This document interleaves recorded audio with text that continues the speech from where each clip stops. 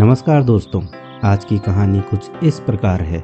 एक बार की बात है, बादशाह अकबर के दरबार में उनसे नौकरी मांगने की फरियाद लेकर एक व्यक्ति पहुंचा। उसकी कुछ देर बातें सुनने और बुद्धि की परीक्षा लेने के बाद बादशाह ने उसे चुंगी यानी टैक्स वसूल करने वाला अधिकारी बना दिया। बीरबल भी उस दरबार में मौजूद थे। उन्होंने उसे कुछ देर ध्यान से देखने के बाद कहा कि बादशाह, यह व्यक्ति ज़्यादा ही चालाक लग रहा है। यह जल्दी ही कुछ ना कुछ बेईमानी जरूर करेगा। होते होते कुछ समय गुजरा और तब तक उस व्यक्ति ने टैक्स वसूली का काम पूरी तरह संभाल लिया था। एक दिन बादशाह अकबर के पास एक दो व्यक्ति उस अधिकारी की शिकायत लेकर आए। शिकायतें मामूली थी, इसलिए उन पर ज़्यादा ध्यान किसी ने नहीं दिया। उसके बाद रिश्वत लेने और जनता को परेशान करने के आरोप भी उस अधिकारी पर लगने लगे। इतनी शिकायतें आने पर बादशाह ने सोचा कि इसका तबादला ऐसी जगह कर देता हूँ जहाँ इसे बेईमानी करने का मौका ही न मिल सके।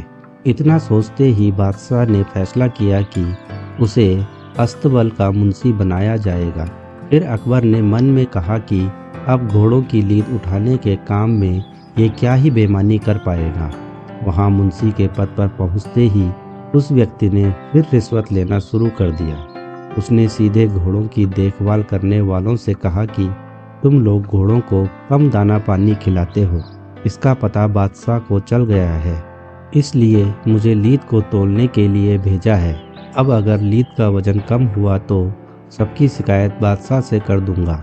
इस तरह से उस मुंशी से परेशान होकर हर घोड़े के हिसाब से उसे 1 रुपये लोगों ने देना शुरू कर दिया।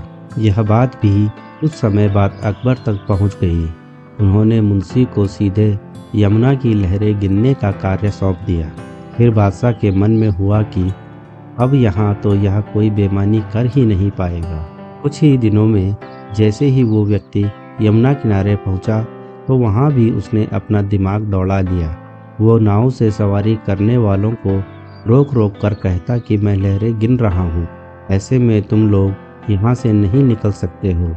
इसी जगह पर 2-3 दिन तक रुकना होगा।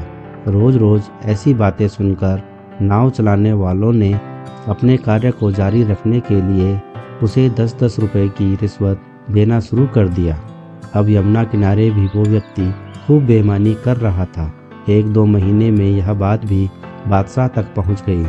तभी अकबर ने एक लिखा हुआ आदेश भिजवाया, नाव को रोको मत, जाने दो। वो व्यक्ति चतुर था। उसने बादशाह के आदेश वाले पत्र को नाव को रोको मत जाने दो कर दिया था। इस थोड़ी हेरा फेरी के बाद उसने अकबर का आदेश वहां टंगवा दिया। आखिर में उससे परेशान होकर बादशाह ने उसे नौकरी से ही निकाल दिया। तभी बादशाह को बीरबल की बात याद आ गई कि ये आदमी बेईमानी जरूर करेगा। तब उनके मन में हुआ कि मुझे उसे पहली ही गलती में कठोर दंड देना चाहिए था।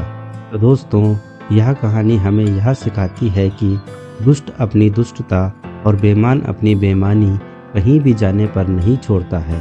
तो दोस्तों, आपको यह कहानी कैसी लगी कमेंट करके अवश्य बताएं। कहानी अच्छी लगी हो तो एक लाइक अवश्य करें। कहानी को अंत तक सुनने के लिए आप सभी का बहुत बहुत धन्यवाद।